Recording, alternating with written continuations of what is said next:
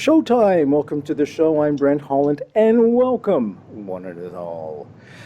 Get the coffee going, get the tea going, get a beverage of choice going. Have we got a great show for you? Now, as I drove to the studio tonight, as always along the shores of Lake Ontario, there were dark clouds making their way rapidly towards us. It's a great night to take this time for yourself. Settle in your most comfy chair, kick your feet up, relax. There's also a tornado warning in the upper state New York area and Kingston tonight, folks, by the way. So if you see me bail in the middle, I'll just leave it to our guest tonight, Alan Dale, makes his triumphant return. Let me tell you a few things about Alan's extraordinary serendipities that have occurred during his life. Alan is the only person, folks, I know that has had personal interactions with the following. Are you ready for this, folks? President John F. Kennedy, Dr. Martin Luther King Jr., Bobby Kennedy, President Richard Nixon, Senator Edward Kennedy, Senator Arlen Specter, no less, Secret Service agent Clint Hill, Ethel Kennedy, who, by the way, gave Alan coffee to take home with him, and John Kennedy Jr. Oh, but there is more. Do I sound like the guy on TV? Do I even look like the guy on TV? No, I have the perfect body for radio, folks. That's all I'm going to tell you. Not many of you may know that Alan is also a professional musician, a drummer, to be exact. And what did the drummer get on his IQ test? Drool, yes indeed. Alan was on the road as valet for none other than two of the greatest drummers of all time, Buddy Rich and Louie Bellson. His aunt was actually Pearl Bailey. But if I was to list the many other jazz musicians he has known and performed with, the show would be done. Maybe towards the end of the show, folks, we can entice Alan to tell us some family-appropriate road stories. Back to JFK, Alan also puts together several podcasts of interviews, although the one he did with me, folks, has gone missing in the lost tape files. Something about me being Canadian, perhaps, I think. Alan hosts a podcast called JFK Conversation, a podcast at JFK Facts with Jeff Morley. He's a member and curator of the Assassination Archives and Research Center and is currently research assistant to Dr. John Newman, folks. Let me say that again. He is currently research assistant to the one, the only Dr. John Newman. Dr. John Newman's new research is going to rock all of us who are interested in knowing the truth behind the JFK assassination. Alan, welcome to the show. Thanks for joining us at last minute notice. Thank you, Brent. This is my birthday show, by the way. Oh, really? Tomorrow is my birthday. Yes, indeed. You don't look 70. I swear to you, I've seen plenty of people 70 that didn't look even close to the way you look. So you must be doing something right. I get no respect, folks. No respect at all. No respect at all. Let me begin, if I may, by correcting the let's not do that. Otherwise, we'd be here all night. The fact that I am an administrative and research assistant to Dr. John Newman. I'm not the only one. My friend Jay Harvey, who's been invaluable to Dr. Newman throughout fully a quarter century of Dr. Newman's extraordinary and valuable output. And Jay Harvey has made a significant contribution to the work that we associate with Dr. Newman. So I want to make certain that I'm clear that it is true that serendipity, as you might say, has brought me and my path into some kind of close proximity to a person whom I greatly admire and that I consider to be one of the most profoundly relevant scholars at work during this period in our history, a person who properly can be thought of as a successor to the great fellow Canadian, as you would quickly point out, Professor Peter Dale Scott. Without Professor Scott, I'm quite certain that a number of the great figures with whom I have the privilege of serving, we would not be where we are. It's as simple as that. Professor Scott has illuminated very dark areas for for the best part, certainly, of at least 40 years, and perhaps longer than that. And without Professor Scott, we would be elsewhere. There's no question about that. And you interviewed him as well. And folks, I would urge you to go to his website, Alan's website, and seek out that interview. It is great. Can you give the URL for that? It's just JFK Conversations, plural, jfkconversations.com. And I sincerely appreciate you acknowledging that particular program, because the story about the program, Brent, if I've never shared with you, and I think it's possible I have not, is funny. And I made a mistake right out of the gate. I was nervous, I was sleepy and vulnerable, I was ill at ease about initiating contact with someone whom I considered to be a personal hero. I had worked on, in the company of my dear late friend, Sherry Feaster, we had worked on essentially a form letter which was never intended to be sent out. It was just a model to say, look, here's an idea. I knew plenty of people in this community, but there were certain people that I did not, and Professor Scott was at the top of the list. So I wanted to make a good impression. Instead, I sent him a letter which began, hello, Professor Scott, my name is Alan Dale. I would be very interested. I'd like to introduce to you the fact that there is a new interview program. And that's when you said it's not Holland's again, is it? No, he didn't say that. He did, and then I said, who? But in any event, we got to the point where I simply recommended that if it would be possible and if it would be something that he would be interested in, participating, if he would be interested in participating, I'd be honored to speak with him about his book, Brothers, The Hidden History of the Kennedy Years, which, of course, is David Talbot's book, which I highly recommend, by the way. It's my favorite of the materials that David has produced. I think it's underrated and should be recommended. In any event, so I realized what I had done, but not until after I pressed send. And so then I thought, well, I suppose I'm really no worse off never being allowed to speak with him, because I already have never spoken with him. So I was philosophical about my failure. And the next morning I had his typical, what I've learned now to recognize as his typical, unbelievably polite, diplomatic, and gentle but authoritative response, which was, hello, Alan, I'm certainly happy to hear about your new program. My enthusiasm is diminished somewhat by the fact that you've confused me with David Talbot. I wrote back and I said, Professor, I can assure you that that this is an example of what I like to refer to as human error. And rather than blame one of my administrative assistants or some underling, who, of course, I don't have any, although I certainly wish I did, I accepted that I had made a mistake. Ultimately, we put it together. Professor Scott guaranteed me, or at least was willing to concede, that we might be able to talk for an hour. I said 45, 50 minutes to an hour would be great. At the 1 hour and 45-minute mark, I said to Professor Scott, look, you're being very, very generous with your time, for which I'm certainly grateful.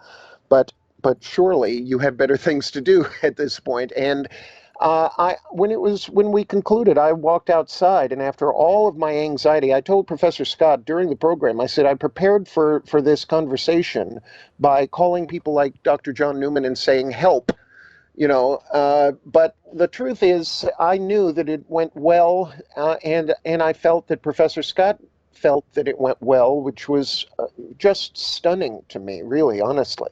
Because for me, he's our first Mount Rushmore figure in terms of people who take it upon themselves to come to a deeper and better understanding of reality and in the context of American history. Yeah, but in all honesty, I have done things like that myself, so you don't have to worry. Folks, tonight we're speaking with Dr. John Newman and his brand new book, Where Angels Tread. No, you're not Dr. John Newman? See, here's an example of you having human error. See, that's so ironic that you should do that right then, because a lot of people would just think, well, that's very typical of him. But I recognized right away that you're putting me on. See? So That explains a lot. Okay, let's go By the back. way, the newest book is Let's back Countdown up. to Darkness. Countdown to Where Darkness, Angels Volume Tread 2. Lightly is another No, one. that's Volume 1. That Well, was but that is 2015. one of his books. Well, if you're going to get huffy about it, I Well, it mean, is. you know, when you're right, you're right. I'm not going to comment upon how often that happens, but when you're right, you're right. And I'm very honored to be associated in any capacity as an assistant to somebody like Dr. John Newman. What can you tell us about the research that Dr. John Newman has done? Is there anything you can give away that won't Look, ruin it for people when well, they buy the I book? will. Look, I'm off script, the folks. That's it. You know, I had one question for Alan, and I told him this before the show. I read him the whole preamble that I screwed up and I made mistakes, and I'll fix it for TV. And I said, Alan, I have one question for you. Who killed JFK? And I said, the rest of the page is blank, and where we go, and we've already gone places. But I figured because we're talking about Dr. John Newman, and because his research is so important, and you're one of the main research assistants to him, is there anything you can give us, tantalize us? Yeah, I mean, I honestly feel that with consideration of the fact that you've been very generous with me, you've allowed me to speak on the subject of Dr. Newman's work in the past, and I don't want necessarily to repeat myself ad infinitum. I don't want to go overboard about my particular, you know, biases about why I think he's a figure of extraordinary significance, um, an extraordinarily and uniquely qualified figure to address really kind of indescribably complex things. What's one of those complex things? Can you give us some juice? Yeah, I can give you some juice. I mean, the juice is that a lot of people. Well, let me start like this. I wrote a bio for Dr. Newman. I've written several things that we use to represent him and to emphasize the value of his work. And the most recent and really the most concise bio that I've used recently is two brief paragraphs. And if you'll allow me, I'll share these. Dr. John Newman is a retired U.S. Army intelligence officer who served for 2 years as military assistant to the Director General William Odom at the National Security Agency. His 1991 groundbreaking book, JFK in Vietnam, led to Oswald and the CIA. Published in 1995, his second book explored the CIA's keen operational interest in Lee Harvey Oswald. It focused on the people and components within the agency that opened and maintained Oswald's intelligence files for 4 years prior to the president's assassination, and it provided evidence to explore the question of whether Oswald might have been a false defector when he left the United States for the Soviet Union in 1959. And then in brackets, I've written, see Countdown to Darkness, chapters 1 and 18 for a detailed account of that story.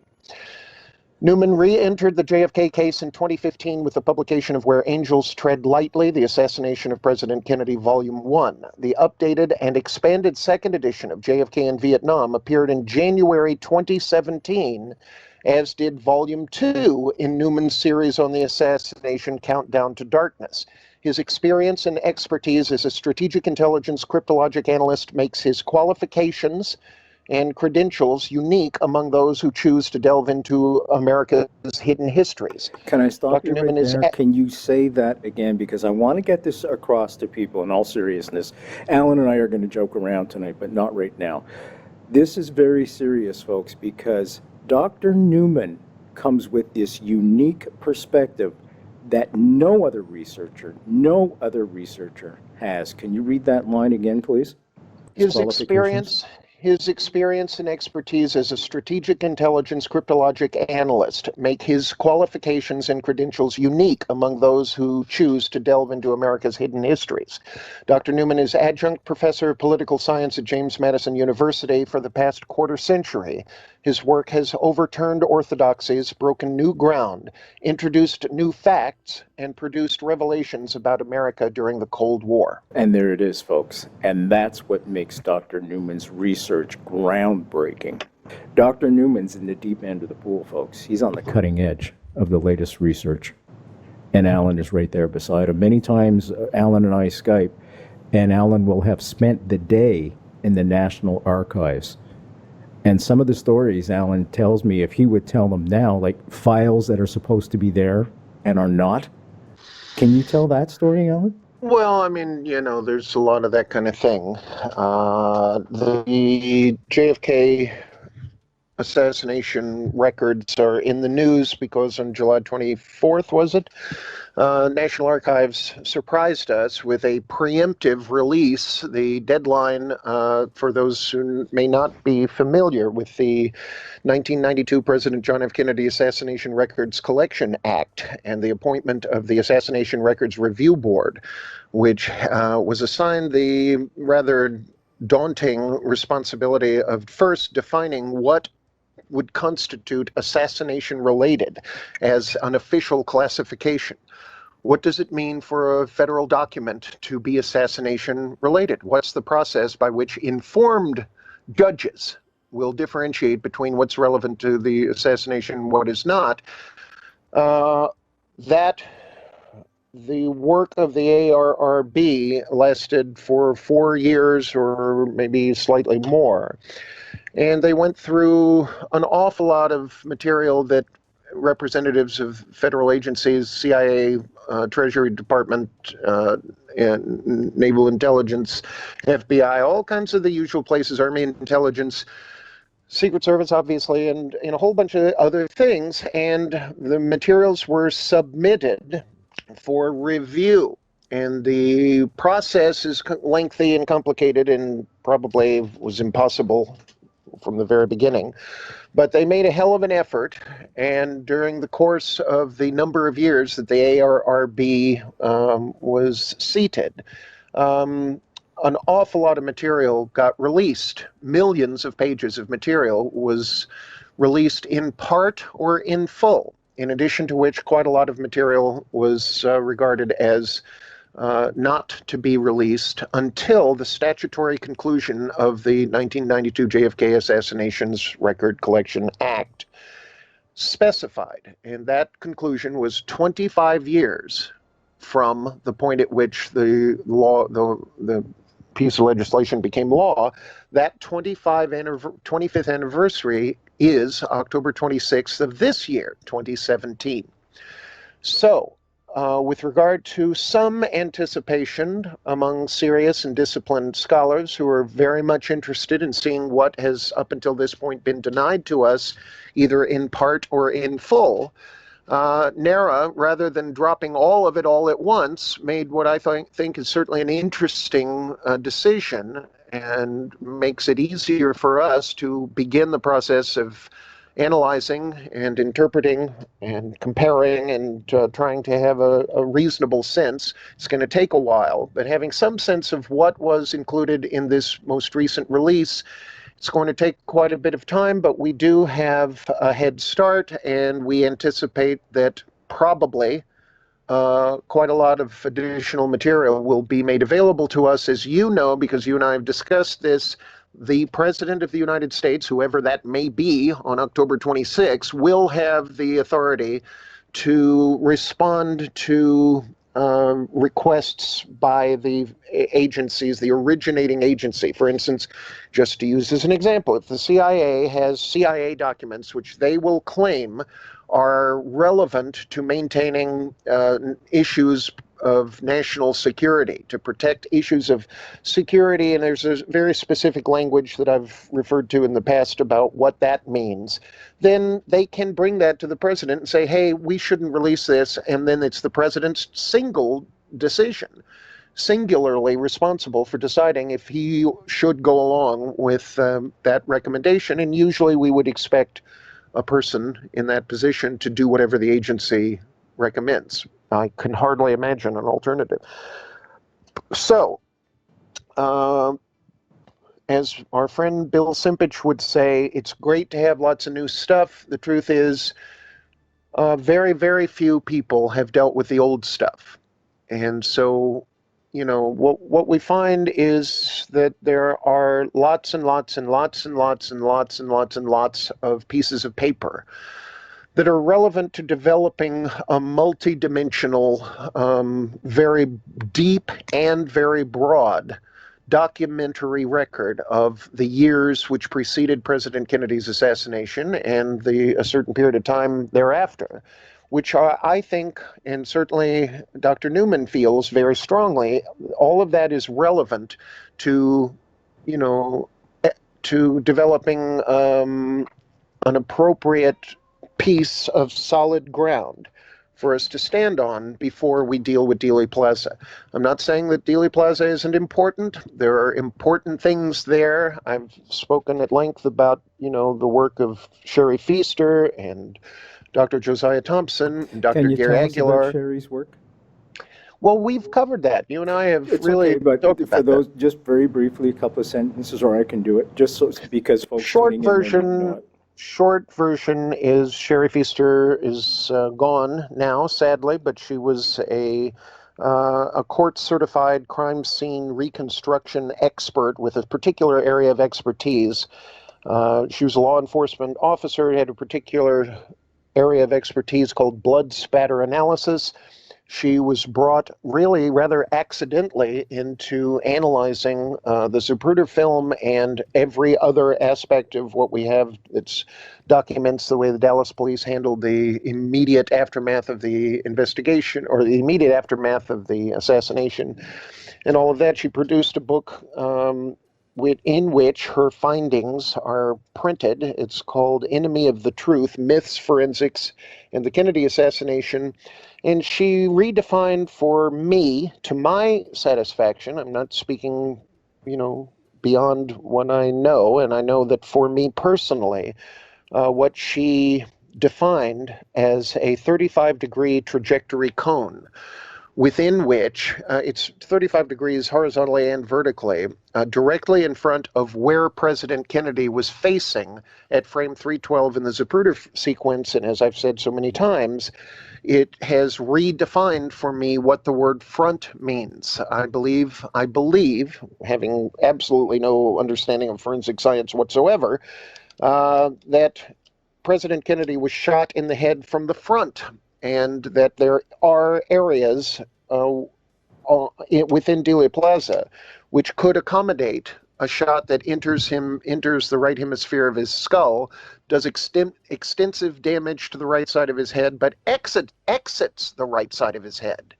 All the complete right hemisphere of his skull. No traversing of the midline of the skull. In other words, no bullet passed from the right side into the left side across the midline of his skull. So if you draw a straight line from the top of his head down across his nose, you differentiate between the right hemisphere and the left hemisphere. His head was pointed 25.7 degrees to the left of center. His head was pointed down. His head was tilted to the left. And I think that Sherry Feaster has correctly placed a sniper across those three streets, Houston, Main, and Elm, or not Houston. What was it? Commerce. Commerce. No, it's Commerce. Yeah. Commerce, Main, and Elm. I turned left off of Houston Street onto Elm Street, but South side of the across those three streets on the opposite knoll, I think someone fired a shot that struck President Kennedy in the right side of his skull. And, I could certainly be wrong, but for me personally, I'm persuaded that her contribution there is something which eventually may serve as a model for future investigators. A very quick announcement, folks, on that. I am doing a documentary on Sherry Feaster and her work. Also, the Ted Sorensen documentary I started several years ago is almost complete. So more on that soon. Now, I hear a lot of naysayers out there right now saying, no, it's all wrong. We can't trust Sherry's work because the Zapruder film has been doctored. I have only one thing to say to you. If somebody was going to doctor that Zapruder film, don't you think they would have shown the shot only coming from the back and not the front? What Sherry has done is looked at the Zapruder film, and the Zapruder film shows a frontal shot. So that blows all that nonsense out the window. And I say nonsense with all reverence because I don't believe the Zapruder film was doctored whatsoever. I think we're off on the wrong tangent. It's like looking at little tiny pixels. This is something I discussed with Alan. I wanted to get out of DEaley Plaza and look at the behind the scenes. I am so fed up with people coming and saying, oh, look, I found this in this picture. Oh, look, I found it. It's over. It's done. We know there was a conspiracy. We know for sure, scientific proof, there was a frontal shot. Let's get out of DEaley Plaza and find out who was behind it. So once again, folks, just to reiterate, the Zapruder film very clearly shows a frontal shot. Science has proven it. We see back and to the left. Physics has proven it. If you had that film, first of all, you would destroy it if you were going to get rid of it. Absolutely destroy it. If you were going to doctor it, you would doctor it so it showed a rear shot, not a frontal shot. That's all I'm going to say. Back to Alan. Alan, I'm going to start off with the question I wanted to ask you 20 minutes ago. Who killed JFK? Why Well, was he killed? it's an important question. I'll tell you in all sincerity that I will be interested in the answers which are being promised by authors whose works have yet to be published but are advertising that they intend to explain not only who did the shooting but who was responsible. I will withhold any judgment of any such claims until I have an opportunity to review whatever anybody produces. I would be dishonest if I didn't say I'm extremely skeptical. What I can say is that the real reason that I wanted to speak with you about this evening is to emphasize to people who don't have the time, who shouldn't be criticized because they can't read everything, and that who should be encouraged because they are sufficiently interested, that they pay attention to certain things when they are promoted and when they come into contact with certain claims. We tend to have predispositions towards wanting to believe what we want to believe. That's human nature. I've learned painfully that it's most important for us to try to resist that tendency. My friend, great ultimate British scholar Malcolm Blunt, has an expression, a Scottish expression: you don't want to be caught with your kilt around your ankles. And there is a rush, to borrow the late Mark Lane's phrase, there's a rush to judgment. Not only to criticize things to which we are fundamentally opposed, but also to embrace things, sometimes far too uncritically, just because basically it sounds like what we want to be true. And there is nothing more harmful to our work and to our effort than that fact. We must take the late Christopher Hitchens' words seriously when he suggested that it's our responsibility to be more critical of things that we would want to be true, because otherwise we risk being caught with our kilts around our ankles. We risk being exposed as having embraced something prematurely, simply because we would choose that it would be true.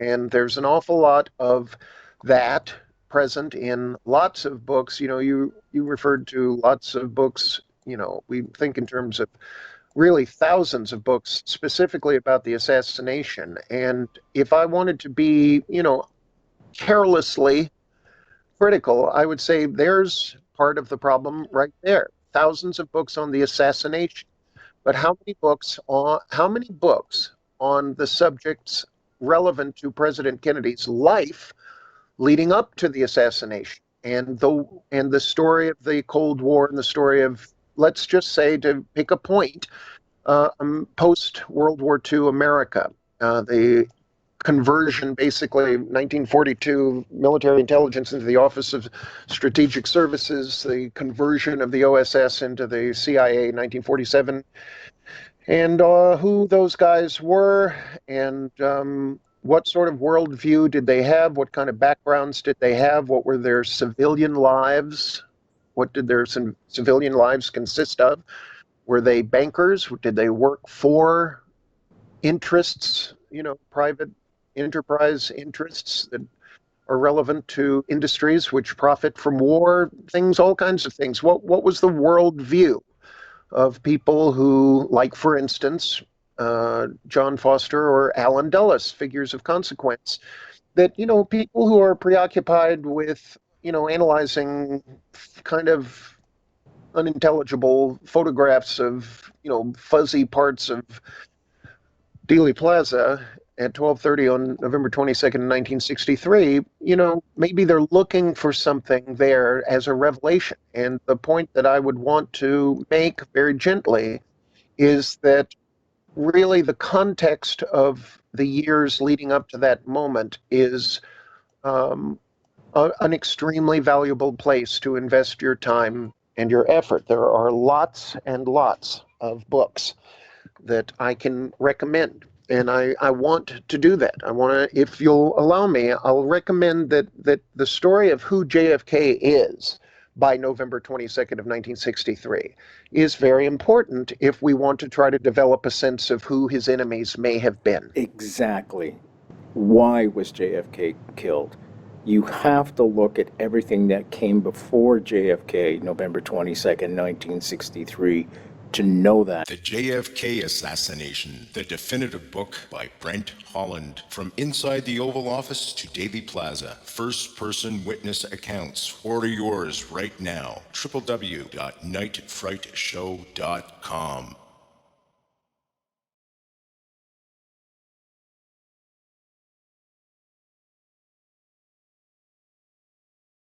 Here's something that I'm going to share with you. For a number of years, as you know, the CIA maintained a private database at the National Archives called the CREST computer system. And CREST was really just a way of,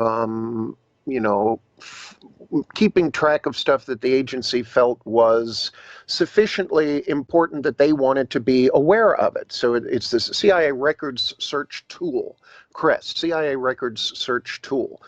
And I've spent a lot of time inside NARA looking at this stuff, and the way it was set up for those of us who are researchers or have access to National Archives stuff.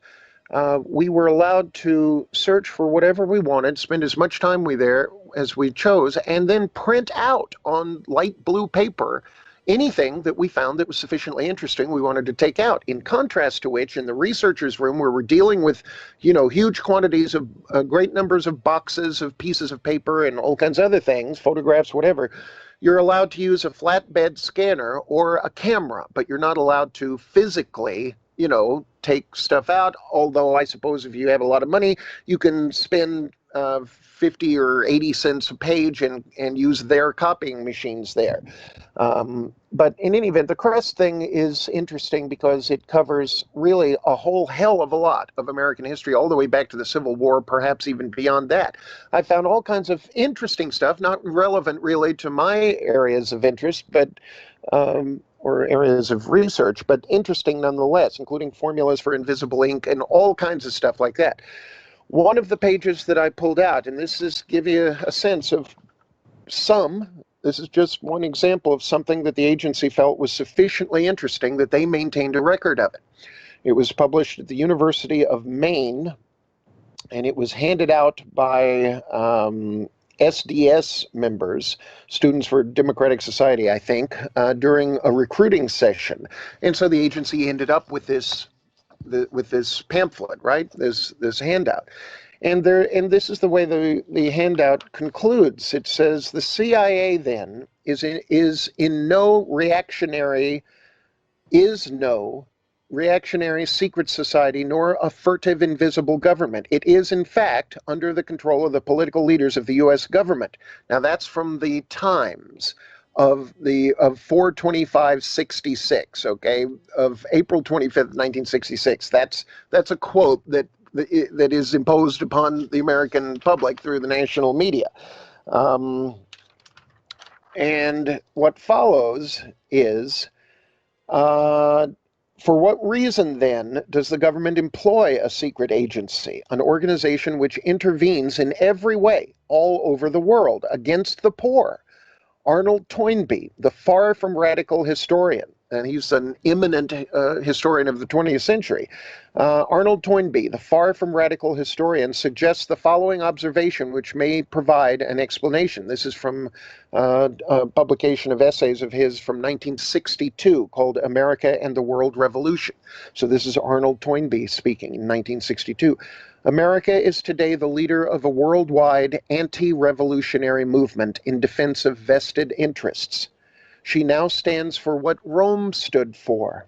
Rome consistently supported the rich against the poor in all foreign communities that fell under her sway.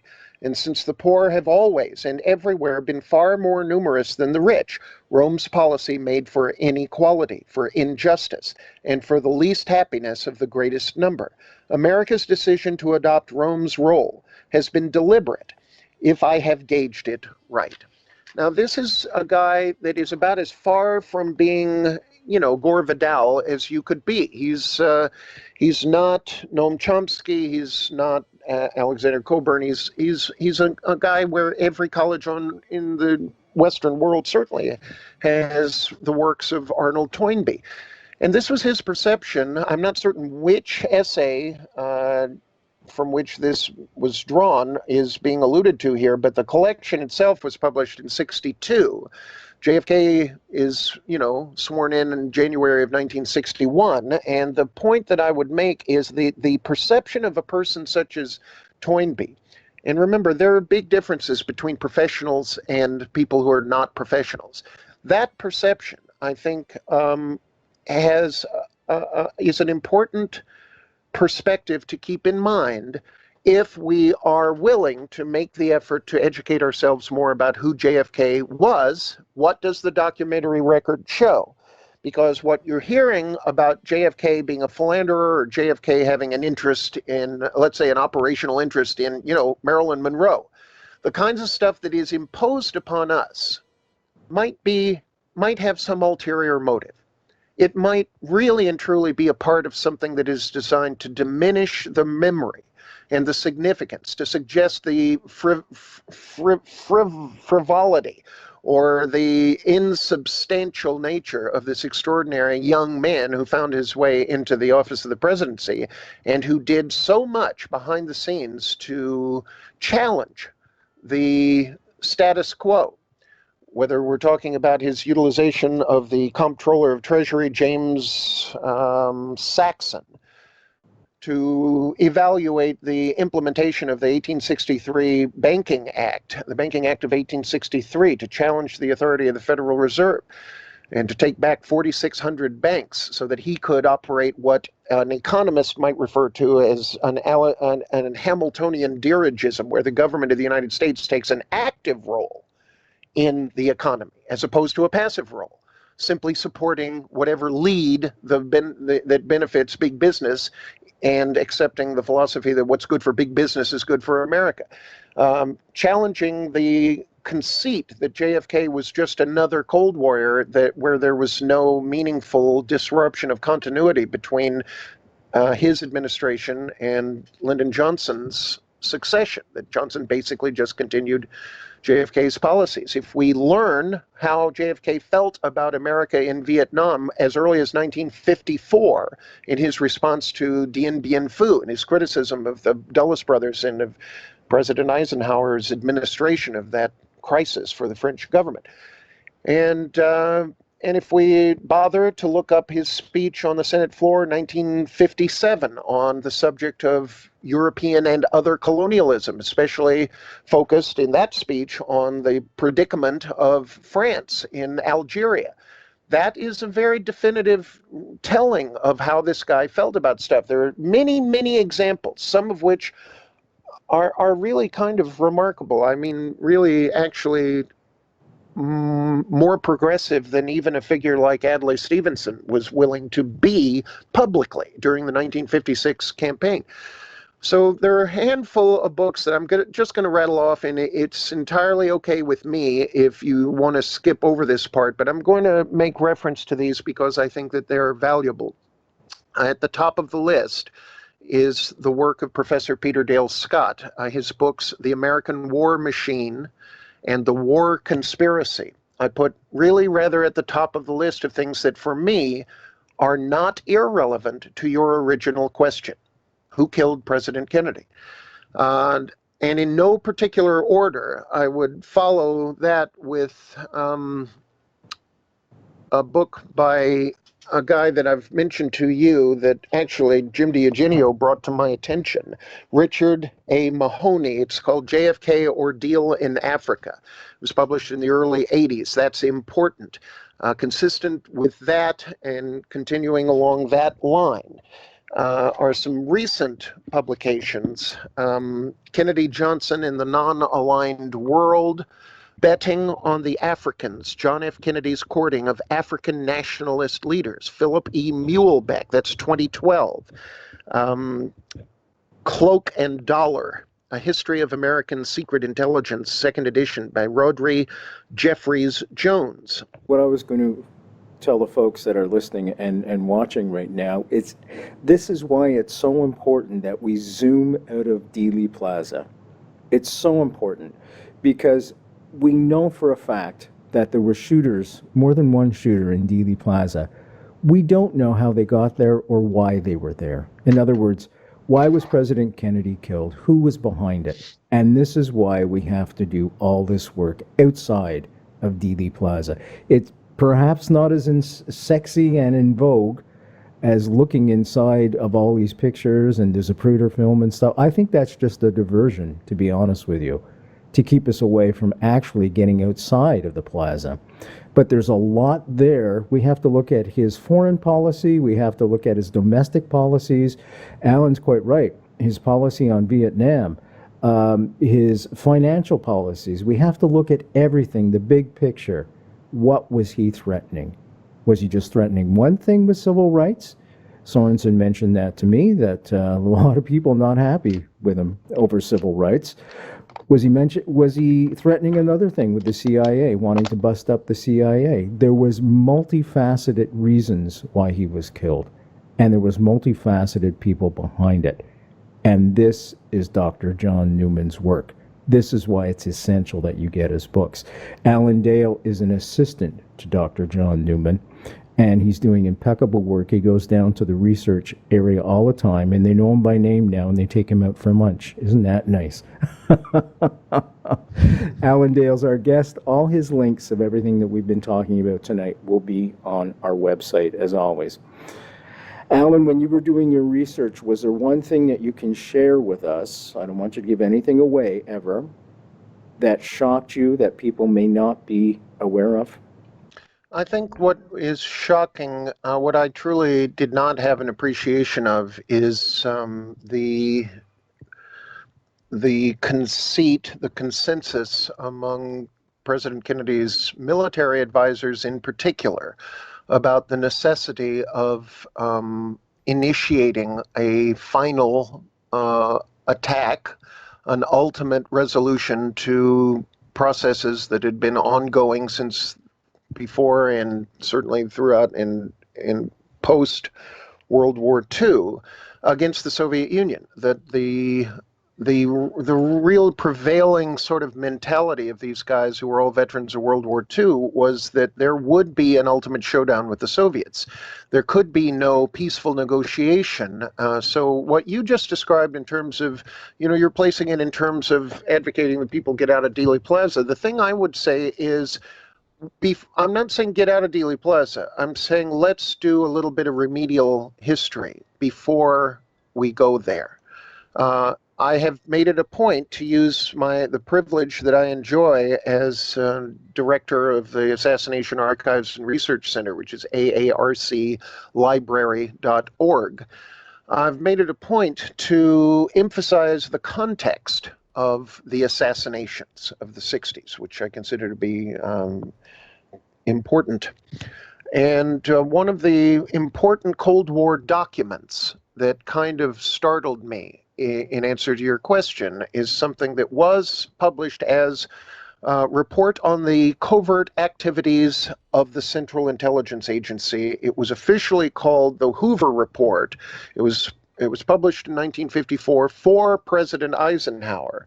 It was top secret. It was not something you could go to a bookstore and purchase.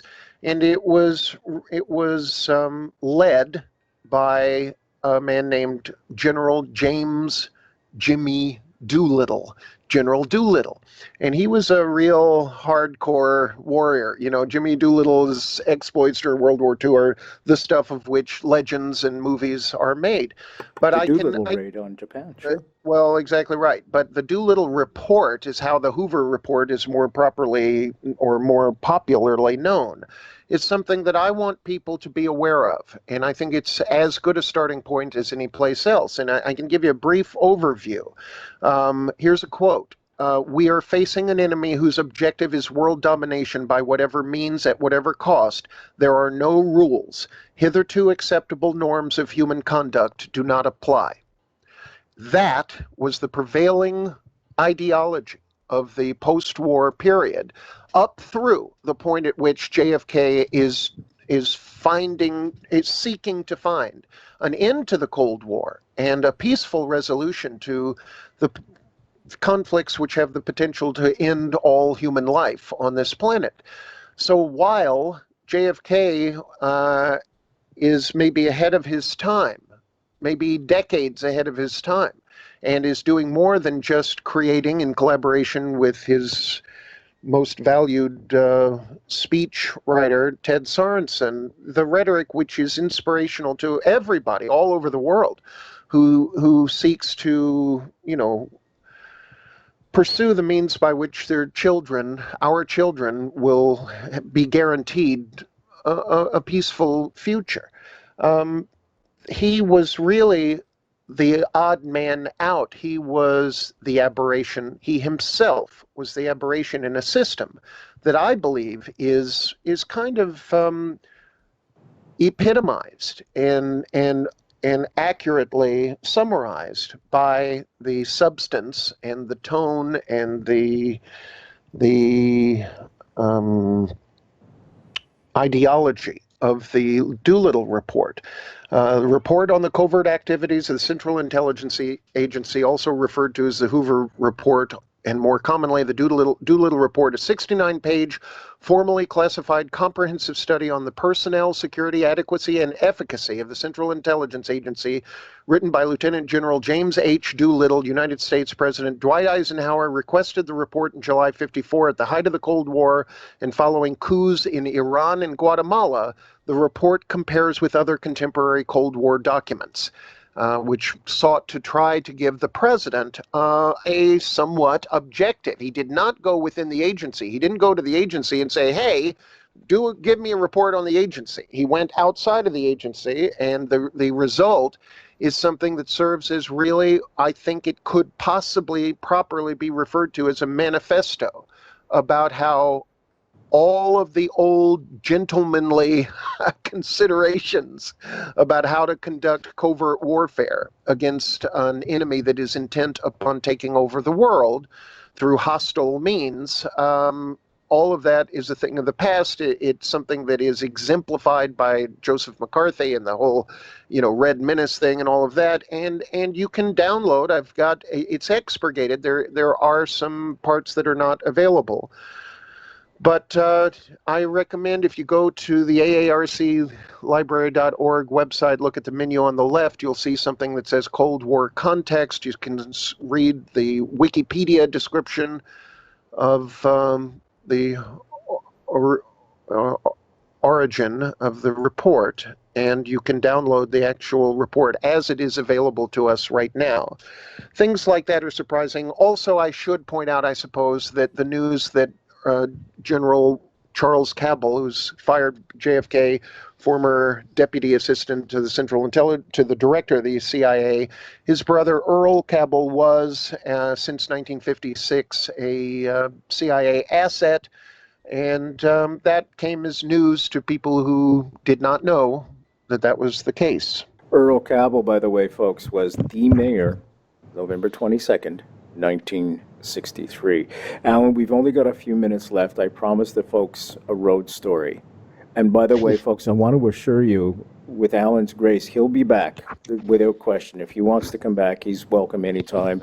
And we're almost at the point now where we're going to be doing a JFK special. Once again, it's coming up to that time. So, Alan, you know the door's open anytime you want to come back. You're more than welcome. Can you tell us a funny road story?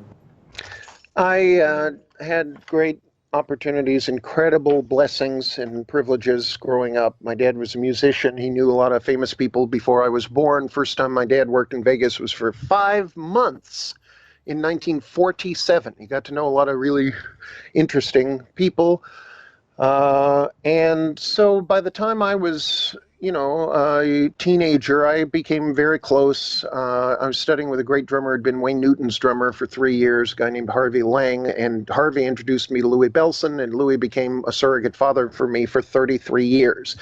Ultimately, his wife, Aunt Pearl, Pearl Bailey, became my Aunt Pearl, used to make me fried chicken and butter beans and all kinds of great things, and send me presents from all over the world and stuff like that. And when she passed away in 1990 or 91, whenever it was, a couple of years later, Louis met and married someone else. And upon his remarriage, my band, a little quartet of mine, played Louis Bellson's wedding reception, where he not only sat in, but he also danced. And having him sit in on my drums was not a big deal to me. Really, I mean, it wasn't shocking. But me playing while my teacher is dancing in front of me, that was surreal for me. That was really funny. So I introduced Louis and I said, because he was going to come in and play a couple of tunes, I said, he may have taught me everything I know, but he hasn't taught me everything he knows. Sometime in the mid-'80s, it was very typical, early to mid-'80s, for us to spend 2 weeks a year, I think 2 weeks, at least a week. 20 seconds. Nope, not even. There's the damn music. Well, whatever. I'll tell you next time. It would have been great, I can assure you. Alan will be back. Alan, maybe we should just do a show on road stories. Maybe we should do that. Okay, maybe not. No. Yeah, maybe. We're trying to get him to write a book about it. You said user-friendly? You said family-friendly? That's not a whole show.